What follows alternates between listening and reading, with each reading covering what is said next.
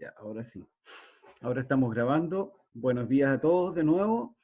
Entonces, hoy día vamos a seguir con contaminación ambiental. La clase anterior habíamos visto la normativa chilena. Vamos a terminar de ver la normativa chilena. Y después vamos a ver algunos métodos de medición y cómo funcionan y cuáles son las características principales. Les voy a compartir pantalla entonces para que podamos ver los apuntes.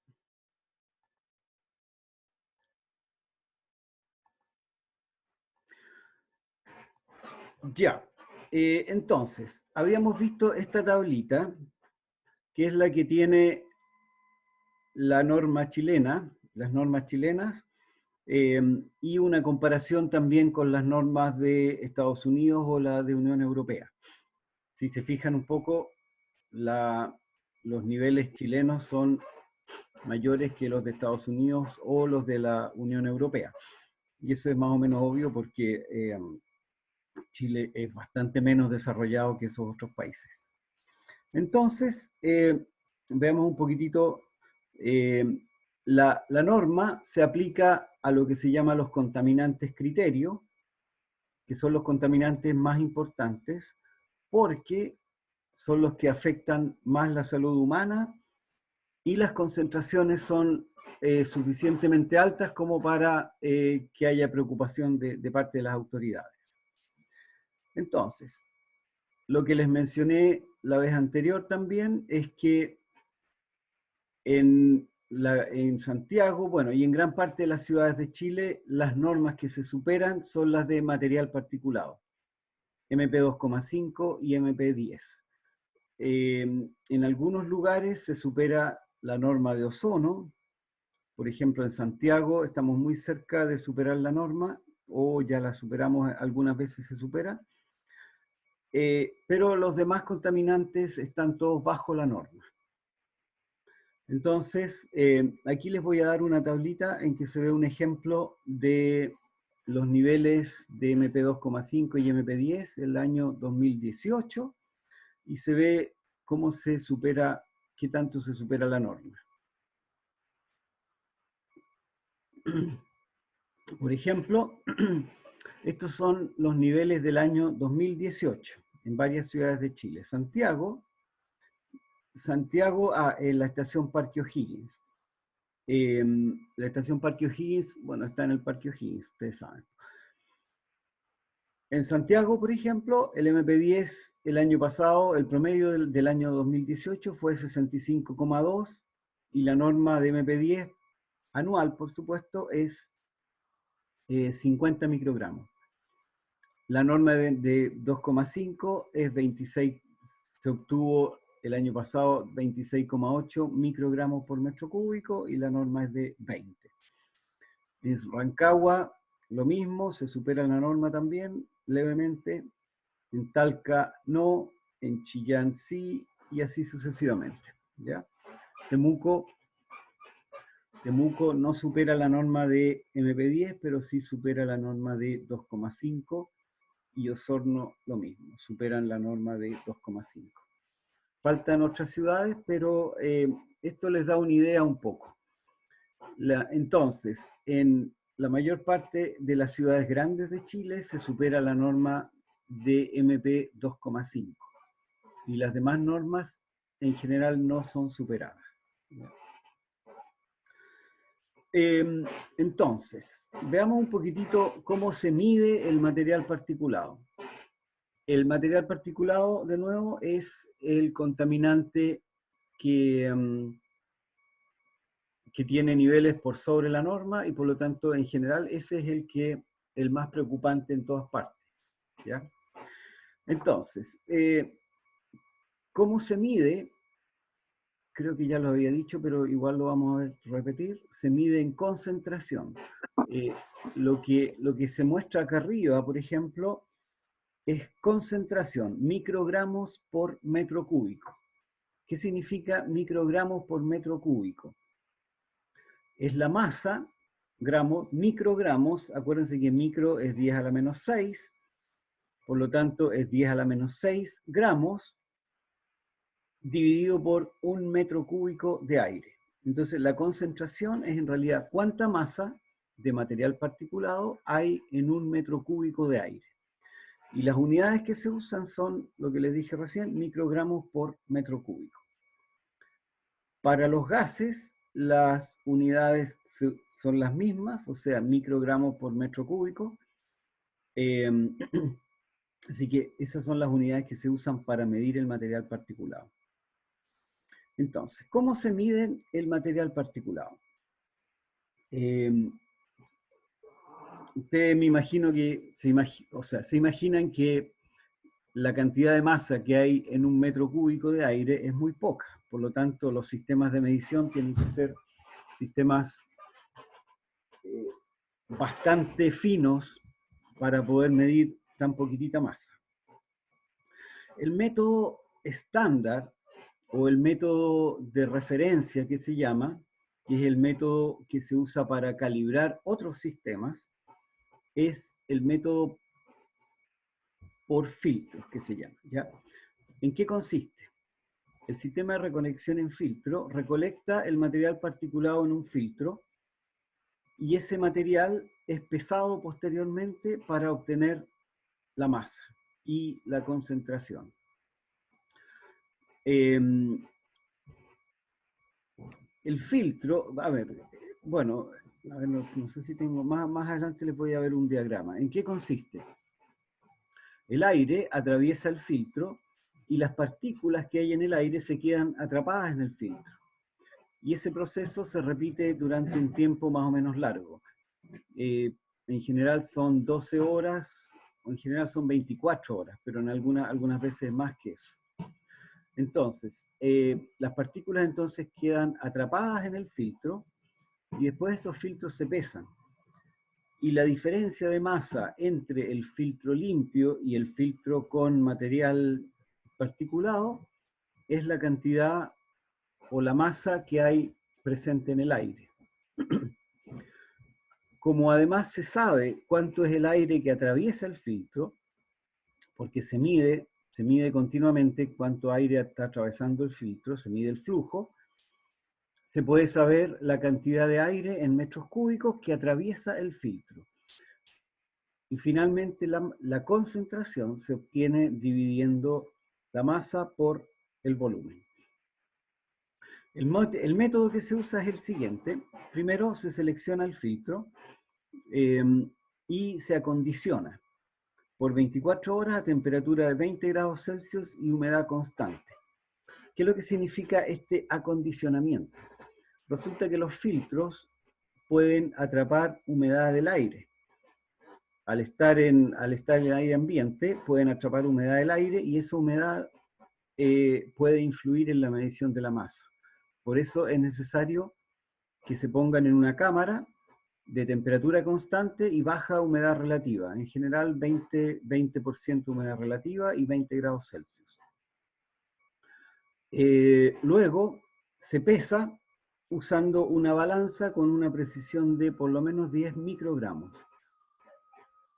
Una vez que está pesado, el filtro ya se puede insertar en el equipo, el cual se pone en terreno y se hace pasar un flujo controlado de aire por 12 o 24 horas.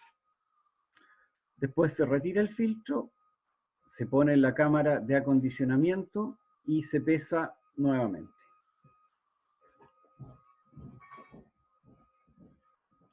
La diferencia entre ambas mediciones es la masa del material particulado que había en el aire. Y luego se divide esa masa por el volumen de aire que atravesó el filtro durante todo el periodo de recolección. Y la concentración se obtiene de esta forma. Estos sistemas, como les digo, este es el sistema que se usa para calibrar otros equipos. Esto es lo que se llaman sistemas de referencia, sistemas básicos de referencia. Los equipos en general constan de dos partes principales. Uno es el impactador, que es un instrumento que se usa para separar las partículas por tamaño. y la segunda parte es el filtro de recolección, ¿ya? Entonces, el impactador lo que hace es realizar la clasificación del material por tamaño aerodinámico y tiene una curva de eficiencia muy aguda. ¿Qué es lo que ocurre? En el aire tenemos partículas de distintos tamaños, partículas grandes y partículas pequeñas. La norma es para MP10 o 2,5. O sea, la norma significa que hay que medir partículas de 10 micrones o más chicas. No hay que medir las partículas más grandes que 10 micrones porque eso están fuera, no corresponden a la norma. El impactador entonces es el equipo que realiza esa separación y deja pasar, el impactador deja pasar solamente las partículas que son de 10 micrones o menores, en el caso del impactador de MP10. El impactador de MP2,5, por supuesto, deja pasar las partículas más pequeñas que 2,5 micrones. ¿En qué consisten los impactadores? Más abajito vamos a ver un diagrama de un impactador, es lo que está acá, aquí al lado izquierdo, fíjense. A ver, un poco para entender.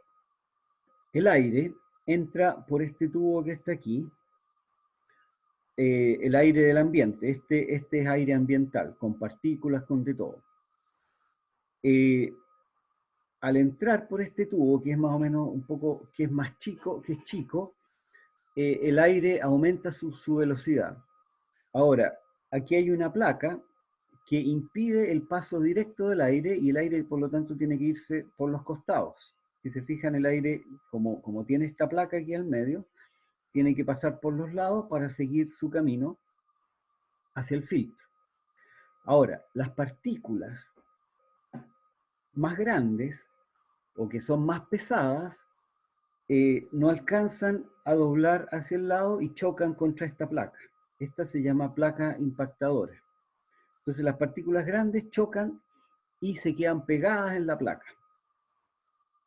Y solamente pasan las que son más chiquititas y alcanzan a dar la vuelta y pasar por el lado de la placa impactadora. Si se fijan en el diagrama aquí a la derecha, esta es una placa impactadora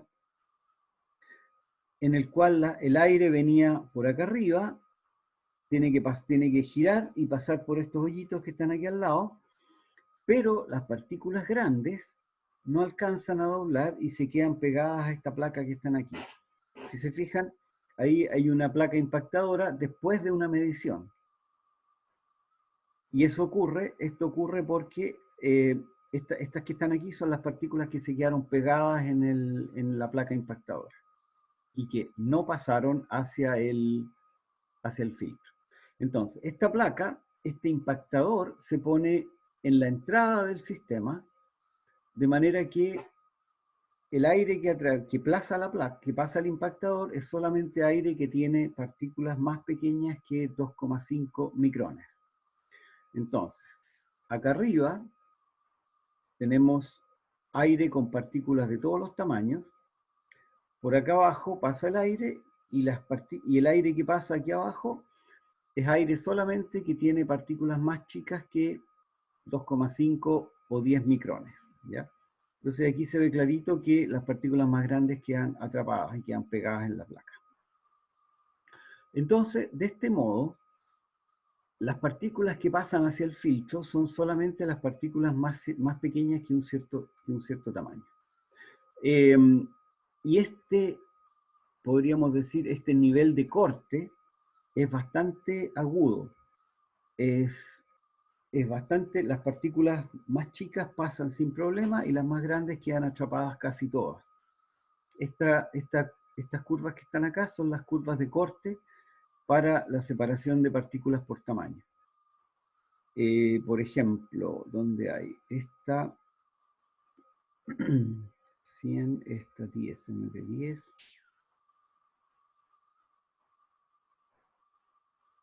No, aquí no se ve demasiado bien que lo que es el tamaño. Esta es la raíz del tamaño. Pero no importa. El detalle no importa tanto. Lo que importa es que la placa es capaz, el sistema, el impactador, es capaz de separar bastante bien las partículas más grandes de las chicas. ¿Ya? Aquí les muestro un ejemplo de un sistema para medición de material particulado mediante filtro. Este se llama impactador de Harvard y tiene, este es el sistema. A ver, si se fijan acá a la derecha, voy a ampliar un poquitito esto. A la derecha está el equipo completo midiendo en el costado aquí de un edificio, de una casa.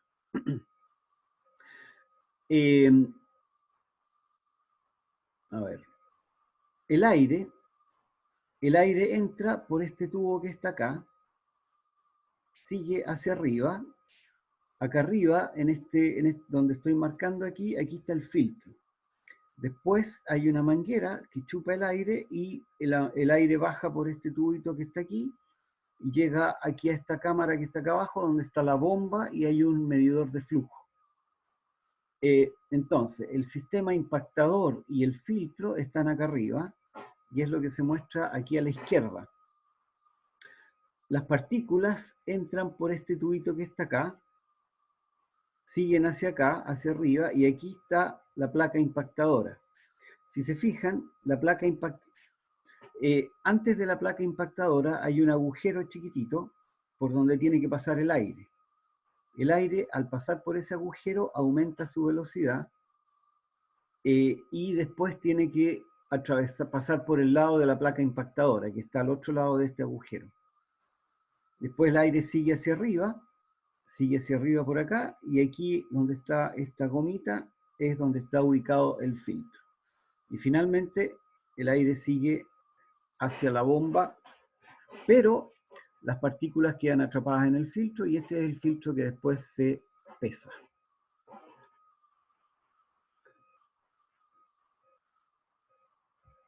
Aquí hay otra foto de unas mediciones que hicimos de hecho estas son mediciones hechas en el relleno sanitario Santa Marta, hace unos años atrás, después de un incendio que hubo ahí. En este caso, aquí están los impactadores que miden el material particulado en los filtros y estaban manejados, controlados por paneles solares. Ya. Entonces, estos sistemas, como les dije recién, son los que se usan para poder, se usan como métodos de referencia para medir material particulado. Otra cosa que es importante es que el material particulado queda atrapado en el filtro y por lo tanto se le puede medir la masa y calcular la concentración. Pero además de eso, ese material particulado también puede ser enviado a análisis químico. Y de hecho hay dos tipos de análisis químicos que se hacen normalmente en estos filtros. Uno, no lo vamos a ver demasiado en detalle ahora, pero les voy a mencionar solamente. Uno de estos sistemas es lo que se llama XRF, en el cual mediante rayos X se calcula la cantidad de metales que existen en el filtro. Bueno, no solo metales, los elementos químicos que hay en el filtro. Se pueden encontrar los elementos desde el sodio hacia arriba. Sodio, qué sé yo, calcio, berilio no, magnesio, manganeso, etcétera, etcétera, etcétera. ¿Ya? Se pueden, dependiendo de la cantidad de elementos que haya, se pueden encontrar entre 20 y 60 o 70 elementos distintos. Entonces, un análisis que se hace normalmente es análisis de rayos X para poder determinar la masa de los elementos, entre ellos el plomo, el bromo. Las curvas que les mostré hace unos días atrás, a ver, vamos a estar un poco más arriba, a ver, vamos a ver dónde está, acá. ¿Se fijan estas curvas que están aquí? Estas curvas que están acá son mediciones de bromo, plomo y azufre en Santiago desde el año 98 hasta el año 2003. ¿Cómo se obtuvieron estos datos se obtuvieron mediante la medición en filtros, tal como les mencioné recién. El aire, la masa, el aire atraviesa el filtro y la masa queda atrapada. Una vez que la masa queda atrapada, el filtro se envía para hacer análisis de rayos X, y los rayos X permiten obtener entre ellos, entre otras cosas, el bromo, el plomo y el azufre. Y de este modo uno puede obtener las concentraciones que están viendo en este gráfico. Entonces, este es el método entonces como se usa para poder medir estos elementos. Y en particular, estos elementos son bastante peligrosos. El plomo es cancerígeno, el bromo un poco menos, pero también es peligroso, y el azufre en realidad no tanto, eh, pero el método entonces es medición del material particulado en filtros y luego un análisis de rayos X. Ya, entonces, con eso se obtienen los elementos. ¿A dónde estamos? Por aquí, por aquí. Entonces, se pueden obtener mediante rayos X, se pueden obtener los elementos. Pero hay un pero grande aquí. La mayor parte de la masa que está en el aire no es estos elementos pesados, sino que son elementos mucho más livianos, como son el carbono, el hidrógeno, oxígeno, que son los compuestos que les mencioné hace unos días atrás, los compuestos, los carbonos orgánicos. Estos carbonos orgánicos, que están formados por carbono, por hidrógeno, por oxígeno, nitrógeno y varios elementos livianos, estos elementos no pueden ser medidos con el sistema de rayos X, porque son elementos demasiado chiquititos y los rayos X no alcanzan a detenerse, no alcanzan a medir. Entonces, esos elementos químicos se analizan mediante otros métodos. Y es importante analizar estos otros elementos químicos porque forman la mayor parte del material particulado. Volvamos atrás un poquitito.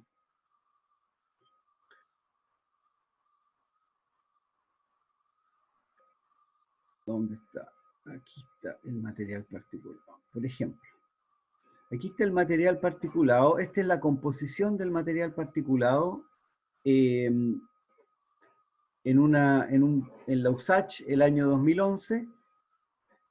Ahora, de estos compuestos, el carbono elemental no puede ser medido mediante rayos X. El carbono orgánico tampoco. El nitrato que está acá abajo tampoco puede ser, una parte del nitrato puede ser medido mediante rayos X, pero no, la mayoría no. Una parte del sulfato también puede ser medido por rayos X, pero no todo. El amonio tampoco, y cloro sí se puede medir mediante rayos X.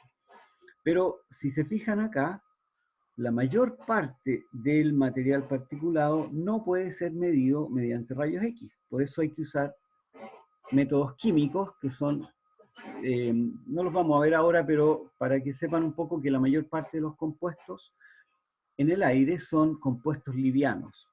Los compuestos formados por carbonos, nitrógeno, oxígeno, etc. ¿Ya? Entonces, de todas maneras, los métodos químicos utilizan los filtros los filtros con material particulado que les estoy mencionando ahora. Entonces, para medir los elementos químicos se necesitan el material particulado en filtro, y para los filtros se usan sistemas de este tipo. Ya, hay otros métodos para medir material particulado que son en realidad métodos un poco más fáciles un poco más continuos, un poco más fáciles y más baratos para poder medir.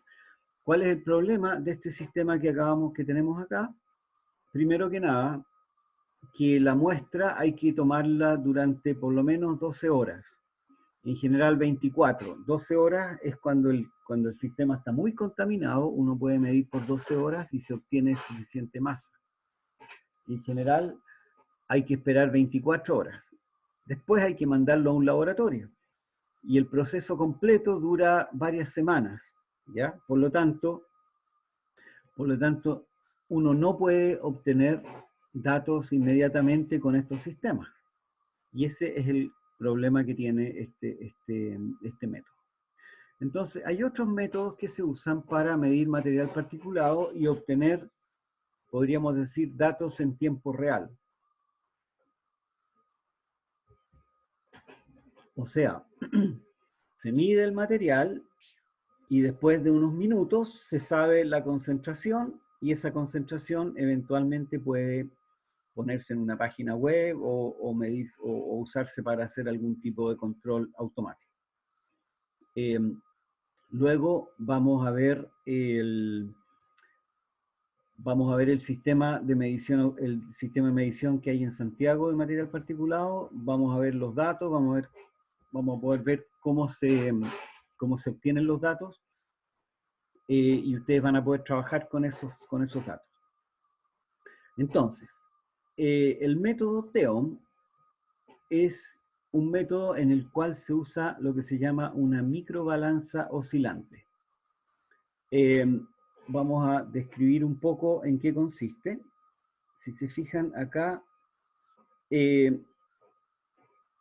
a ver, el método TEOM tiene un filtro también que está ubicado en un extremo de un tubito que está oscilando. Y el extremo superior del tubo está libre, por lo tanto puede moverse, y el tubo está afirmado en el extremo inferior, y el filtro, el aire pasa por el filtro donde las partículas quedan atrapadas. Vamos a ver en el diagrama que está abajo, es más fácil entenderlo. Entonces, el filtro es este que está acá arriba, y está soportado por un tubito que es más o menos largo, que es este que está aquí, y este tubo tiene unas placas electrónicas que hacen que oscile. Entonces, el tubito está moviéndose hacia el lado, ¿ya? Y el aire entra a esta superficie y las partículas quedan atrapadas aquí en esta superficie. Luego el aire sigue hacia abajo, porque el tubo es hueco, sigue por acá, y después pasa hacia un medidor de flujo y hacia una bomba que es la que chupa el aire. Entonces, este tubito está oscilando, se va moviendo hacia los costados, y por lo tanto, la frecuencia de esa oscilación se puede medir. ¿Qué es lo que ocurre a medida que quedan atrapadas las partículas? La masa que hay en el filtro va aumentando. Y al aumentar la masa, este tubito empieza a oscilar un poquitito más lento. Va cambiando la frecuencia de oscilación debido a que la masa que hay acá arriba en este filtro va aumentando. Entonces, esa variación es pequeña, pero es posible de medirla. Y eso permite que más o menos cada 10 minutos se pueda obtener un dato de concentración. ¿Cuál es la fórmula que se utiliza? Es lo que está acá abajo, delta M. La masa, o la diferencia de masa más bien, es igual a una constante por 1 partido por F1 al cuadrado menos 1 partido por F0 al cuadrado. ¿Qué es lo que son F1 y F0? F0 es la frecuencia de oscilación de este tubito, cuando el filtro está sin masa. Y F1 es la frecuencia de oscilación cuando el filtro tiene un poquitito de masa. Entonces, esta diferencia se multiplica por una constante y eso permite obtener la masa. Después, esto se hace en realidad en forma continua. Entonces, por ejemplo, se mide la frecuencia de oscilación inicial, pasa el aire y después se mide cuánto cambió la frecuencia después que las partículas quedaron atrapadas. Se hace esa diferencia y eso permite calcular la masa.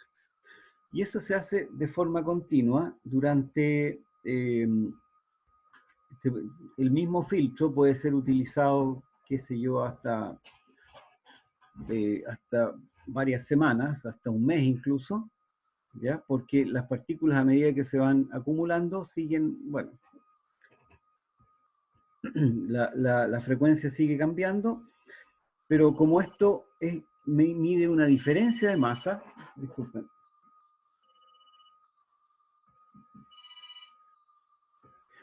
como se mide una diferencia de masa, es posible utilizar el mismo filtro por un tiempo más o menos largo. Pero permite medir la masa aproximadamente cada 10 minutos. Estos sistemas, que se llaman TEOM porque es Tapered Element Oscillating Microbalance, microbalanza oscilante, estos sistemas TEOM son los que se usan actualmente en Santiago y en muchas ciudades de Chile para medir material particulado MP10. Antes, hace unos años atrás, hace unos 5 años atrás aproximadamente, la mayoría de los equipos en Chile eran de estos TEOM. Estos equipos TEOM tienen, al igual que el equipo de filtros, tienen a la entrada, acá arriba, un cabezal que tiene un impactador o un ciclón. El impactador se usa exactamente para lo mismo que se usan, que vimos recién, se usa para separar las partículas más grandes de las más pequeñas. Entonces, si se tiene un impactador de 10 micrones, por ejemplo, ese impactador sirve para que solamente las partículas más pequeñas que 10 micrones pasen por este sistema y atraviesen este filtro. Y de esa manera el TEOM puede medir material particulado MP10. Dependiendo del tipo de impactador que se use, el TEOM puede medir MP10, 2,5 o incluso partículas más chicas, más pequeñas.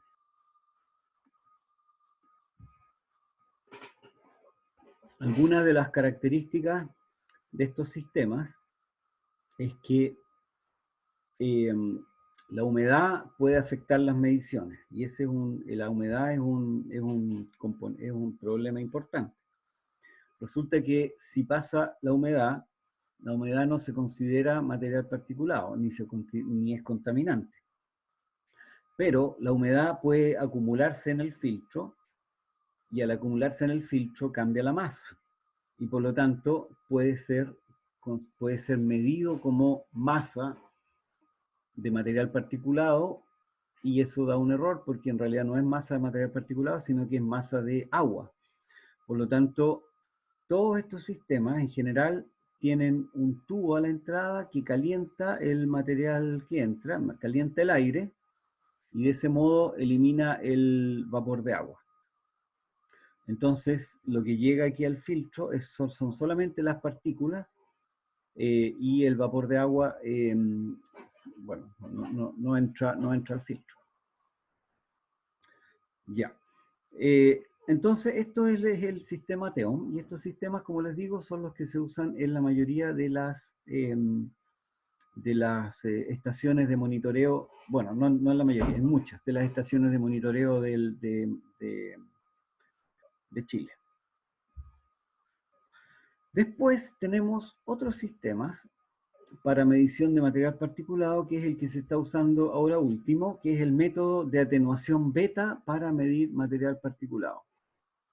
¿En qué consiste el sistema de medición beta? Igual que antes, se hace pasar un flujo de aire constante por un filtro que está instalado en una cámara que contiene una fuente radioactiva, carbono 14. Esta fuente radioactiva emite partículas beta. Las partículas beta, a propósito, son electrones. Y la fuente radioactiva que se usa es carbono 14. El carbono 14 tiene una vida media de 5.500 años, una cosa así. Así que con una fuente radioactiva es suficiente para el equipo. ¿Ya? Entonces, ¿en qué consiste este sistema? Las partículas de aire, igual que antes, las partículas atraviesan por el filtro, el aire atraviesa el filtro y las partículas quedan atrapadas en el filtro. En ese filtro y simultáneamente están atravesando las partículas beta. Aquí hay un problema que tenemos partículas de aire y tenemos partículas beta. Las partículas beta se usan para medir las partículas de aire, ¿ya? Entonces, ¿qué es lo que ocurre? Las partículas beta o los electrones atraviesan el filtro, pero a medida que la masa se va acumulando en el filtro, las partículas beta empiezan a ser atrapadas y empiezan a pasar menos partículas a través del filtro, ¿ya? Porque las partículas del aire las atrapan y no las dejan seguir su camino. Entonces, la cantidad de partículas beta o la cantidad de electrones que atraviesa el filtro va disminuyendo a medida que se junta masa. Esta disminución es medida por un contador o detector Geiger-Müller y luego se convierte a concentración mediante lo que se llama la fórmula de Lambert-Beer. ¿Qué es lo que es esta formulita? E a propósito de la exponencial. Y sub 0 es la cantidad de electrones que sale de la fuente y que entra, o más bien la cantidad de electrones que ingresa o llega al filtro. ¿Ya? Este es I sub 0. Y es la cantidad de electrones que logran atravesar el filtro. Acuérdense que el filtro tiene partículas y esas partículas atrapan a una parte de estos electrones. Y este exponencial, la relación entre las partículas que atraviesan el filtro y las que ingresan al filtro es esto que está acá, en que esta exponencial está relacionada con X. X es el espesor de las partículas que se han acumulado en el filtro. Y sigma es un coeficiente de masa que tiene que ver con cuántas partículas, cuántos electrones son capaces de ser atrapados por las partículas contaminantes, ¿ya? Entonces, esta relación que tenemos acá, I igual I sub 0 e a la menos sigma X, es la que nos permite obtener la concentración.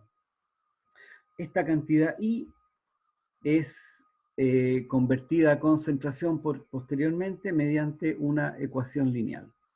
Entonces, la atenuación de los electrones en el filtro es proporcional a la cantidad de masa que se acumula en el filtro.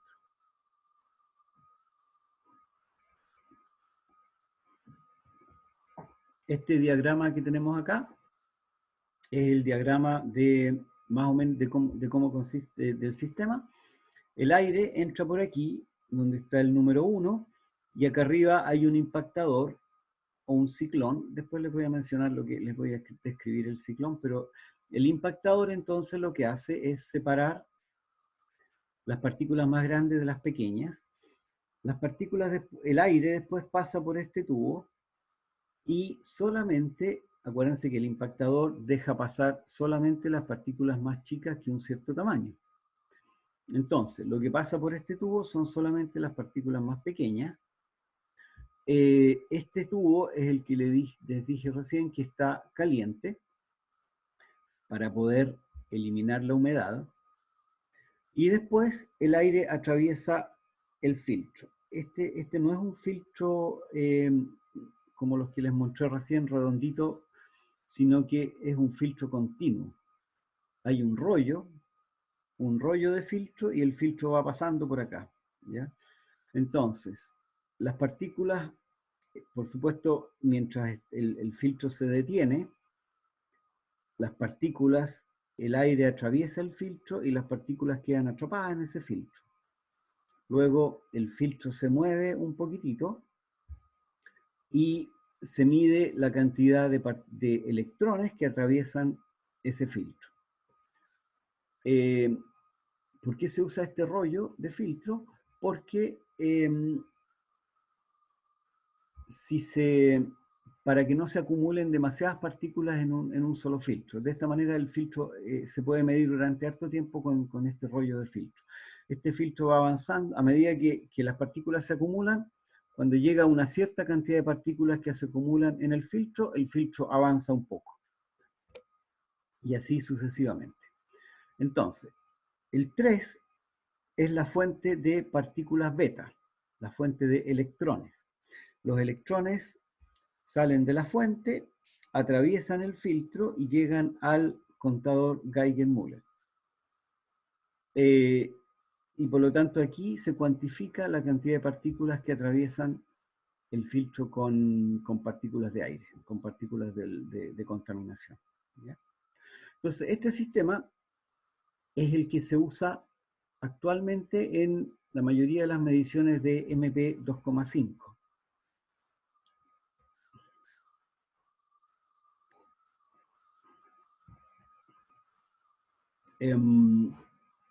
Igual que todos los equipos anteriores, hay un flujómetro que mide la cantidad de aire que atraviesa el filtro en forma continua y hay una bomba que es la que chupa el aire. Normalmente todos estos sistemas tienen un control retroalimentado que permite mantener el flujo constante. Porque, ¿qué es lo que ocurre a medida que se acumulan partículas en el filtro? El filtro produce una resistencia al paso del aire y por lo tanto el flujo de aire disminuye o puede disminuir el flujo. Entonces, el sistema de retroalimentación mantiene ese flujo constante a pesar de que las partículas van ejerciendo una resistencia al paso del aire. Entonces, este sistema también permite medir la masa más o menos cada 10 minutos, 10, 15 minutos, dependiendo de la cantidad de partículas que hay en el aire. Si hay muy pocas partículas, entonces estos sistemas empiezan a tener más errores de medición. Por lo tanto, mientras más partículas haya, mejor mide la masa. Como les dije recién, este sistema es el que se utiliza actualmente en la mayoría de las estaciones de Chile para medir MP2,5. Igual, estos sistemas tienen a veces algunos problemas con la humedad. Cuando hay mucha humedad o partículas que se volatilizan, estos sistemas a veces tienen problemas. Hay algunas partículas en el aire que son partículas semivolátiles. ¿Qué quiere decir semivolátiles? Significa que a una cierta temperatura, no muy alta, esas partículas se volatilizan, se evaporan. A 30, a 40 grados, 50 grados Celsius, esas partículas se evaporan y por lo tanto no son medidas. Entonces, estos sistemas a veces tienen problemas de que subestiman esas partículas. ¿Por qué? Porque el sistema debe calentar el aire antes que entre al filtro. Pero al calentar el aire, esas partículas semivolátiles se arrancan y no son capturadas por el filtro.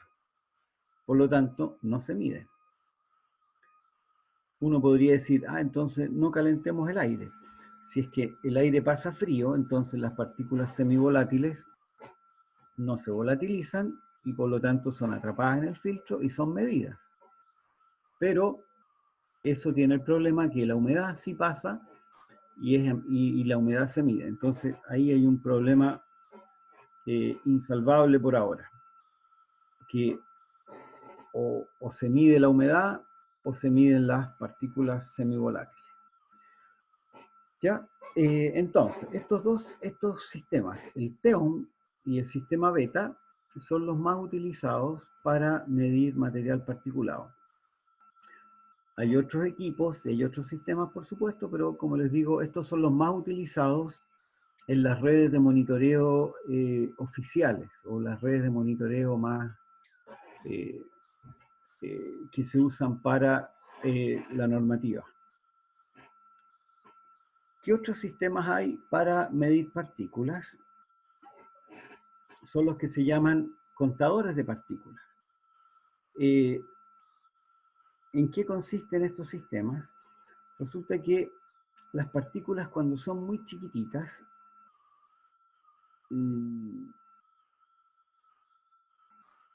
bueno, esta parte no la vamos a dejar a un lado por ahora, no se preocupen, desaparece, listo. Ustedes no han visto nada. Ya. Los contadores de partículas son sistemas que usan un láser para poder detectar las partículas. ¿En qué consiste? El aire muestreado fluye a través de una cámara de detección donde hay un láser colimado que ilumina el flujo de partículas. Cada vez que una partícula atraviesa el láser, un poquitito de esa luz de láser se refleja en la partícula. Y esa luz es medida por un fotodiodo, por un detector. Entonces, ese fotodetector a su vez convierte la luz en un pulso eléctrico, en un pulso electrónico, y ese pulso electrónico es contado. Por eso se llama contador de partículas, porque cada vez que pasa una partícula, esa partícula genera un pulso y ese pulso se cuenta. Entonces, en el fondo, lo que se está haciendo es contando cada partícula que atraviesa el láser. Uno podría decir, uy, pero son tantas partículas que no se pueden contar. Resulta que sí se pueden contar porque, a pesar de que son muchas partículas, siempre hay solo una partícula que atraviesa el láser, o en general no más de una partícula atraviesa el láser simultáneamente. Entonces, este sistema, luego los pulsos pasan a un sistema computacional que controla el instrumento. Veamos un poquitito en qué consiste este sistema. No se ve demasiado bien aquí, pero bueno, algo se ve, ¿cierto? Miren, por aquí entra el aire, por acá arriba entra el aire y el aire pasa por este tubito y sigue derecho hacia abajo. Por aquí al lado, por el lado entra un rayo láser. Esta línea roja que hay acá es un láser. El láser atraviesa perpendicular al flujo de aire. Entonces, cuando pasa una partícula por aquí, por el centro, esa partícula refleja un poquitito de luz del láser y esa luz se refleja hacia el lado, hacia acá. Y aquí hay un detector que es el que mide ese pulso láser que llega al detector. Ese después es amplificado y pasa después a un sistema electrónico que los va contando. Y finalmente pasa a un muestrador que cuenta las partículas. Entonces, si se fijan, cada partícula que pasa genera un pulso y ese pulso es contado. Este sistema es más o menos simple y es mucho más fácil de producir. Pero tiene el grave problema de que todas las partículas son contadas de la misma forma. Una partícula grande o una partícula chica generan pulsos más o menos del mismo tamaño. Entonces, no es muy fácil diferenciar las partículas grandes de las pequeñas. Además, las partículas, por ejemplo, negras, el carbono negro, genera pulsos muy chicos o no genera ningún pulso, porque las partículas negras no reflejan la luz, sino que la atrapan. Por lo tanto, las partículas negras no son contadas por estos sistemas. Entonces, estos sistemas, a pesar de que son más baratos y más simples, tienen ese tipo de problemas para poder contar. Sin embargo, hay métodos y trucos para poder evitar e ir mejorando el sistema de detección. Y ahora estos sistemitas están usándose bastante en muchas partes de Chile. De hecho, aquí hay un ejemplo de de un sistemita. Si se fijan, esto que está acá es un contador de partículas láser, tal como se los mostré recién. Esto que está aquí es equivalente a este equipito que está acá abajo. Este es un equipo portátil que funciona con baterías. Por aquí entra el aire, adentro ahí está el láser y toda la cámara y todo el sistema. Y si se fijan, aquí va contando las partículas. 0,3 micrones, alcanzan a ver, hay 3.902 partículas. De 0,5 micrones hay 490 partículas por pie cúbico. Esas son las unidades que usa el sistema. Entonces, estos sistemas simples, ahora, otra de las desventajas que tienen es que solamente pueden contar partículas de 0,3 micrones hacia arriba. Las más chicas no las ven, porque el láser no se refleja en las partículas más chicas que es 0,3 micrones. ¿Por qué?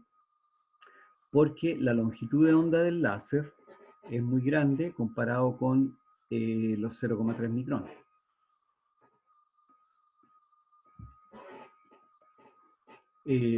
Por ejemplo, el láser rojo, un láser rojo tiene longitud de onda de 700, 0,7 micrones. 0,7 micrones, micrómetros. Por lo tanto, la longitud de onda del láser rojo es más grande que las partículas de 0,3 micrones. Y en general, la luz se refleja solamente en partículas que son más grandes que su longitud de onda. Entonces, bueno, ese es el problema que tienen estos sistemas, ¿ya? Bueno, pero a pesar de eso, estos sistemas funcionan bastante bien y se utilizan para mediciones más simples, más básicas y más baratas. De hecho, les voy a mostrar, todavía me queda un par de minutitos. Nosotros me refiero al grupo nuestro del laboratorio, estamos trabajando con la ENAP, y en la ENAP tenemos un sistema de medición de material particulado que se basa en unos contadores de partículas parecidos a estos. A ver, se los voy a mostrar. Bien entretenido nomás por eso. Espérense un segundo, a ver.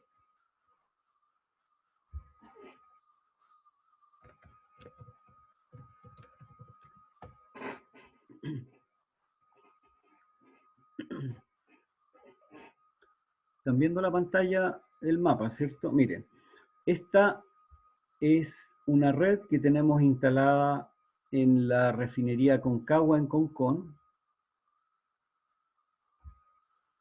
Si se fijan, acá está este es Concón, aquí está la refinería de petróleo, y estos puntitos verdes son los medidores que están puestos en juntas de vecinos allá en Concón. Por ejemplo, el 14. Junta de vecinos Los Romeros. Si pinchamos acá, uno ve las mediciones de MP10, mediciones de MP 2,5 y medición de viento.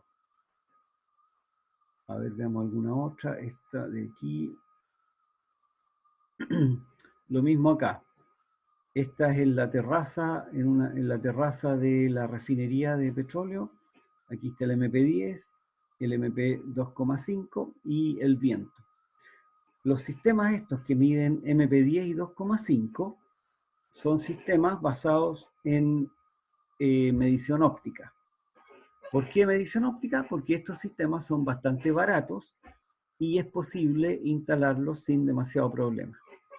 Los otros equipos, los que les mostré hace un rato, estos equipos, bueno, este es más o menos caro, pero hay otros equipos ópticos que sí son bastante baratos y que se pueden utilizar en estos mapas que les estoy mostrando acá, ¿ya? Los equipos oficiales, los equipos más sofisticados, como son el Beta o el Teon, estos equipos son mucho más caros y requieren estar instalados en un contenedor con aire acondicionado y un sistema de control sistema de control ambiental. ¿Por qué? Porque son sistemas más sofisticados y que miden con mejor precisión. Los contadores de partículas no miden con demasiada precisión, pero tienen la ventaja de que uno puede poner muchos monitores y medir en muchos lugares distintos con un error un poco más grande, pero permite medir en varios lugares de acuerdo a donde vive la gente, ¿ya? En Concón hay una estación oficial que tiene un monitor beta que está por aquí en el centro, y nosotros tenemos, ¿cuántos hay aquí? 3, 6, 9, tenemos como 12 equipos instalados en esta parte. Ya, con eso estamos por hoy día.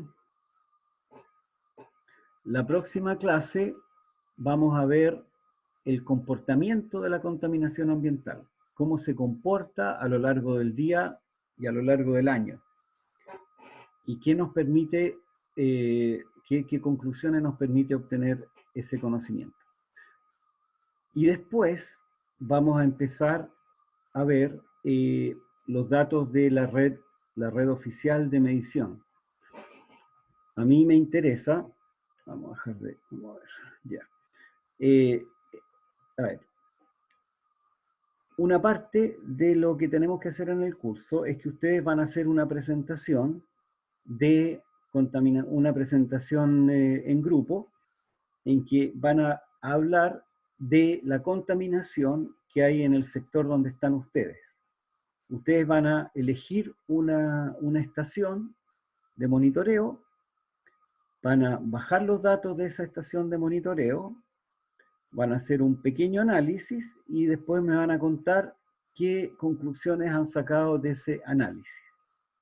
Pueden elegir cualquiera de los gases o las partículas que hay en la estación. Y por supuesto, bueno, si todos viven en un sector, lo ideal es que busquen la estación que está más cerca del sector donde viven ustedes.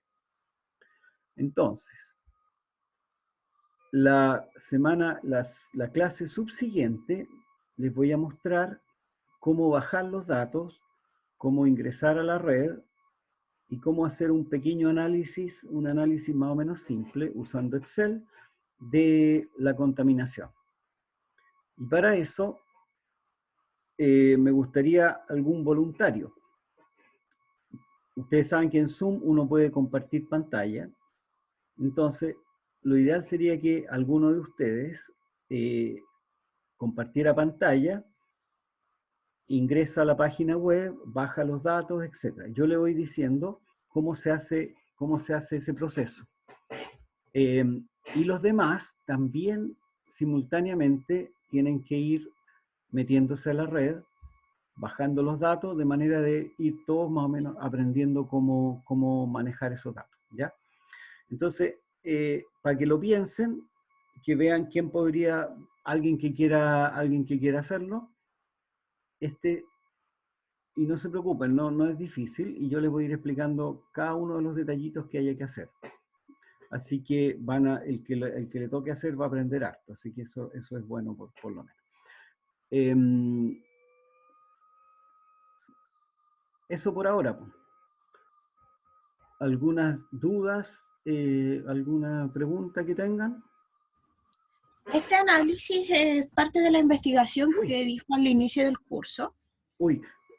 Disculpa, sabes que tenía apagada la, ¿cómo se llama? El parlante y no escuché. Dime de nuevo, por favor. Que este análisis se hace en informe o es parte de esta investigación que dijo que al principio del módulo. Sí, tal cual. Es una presentación en grupo.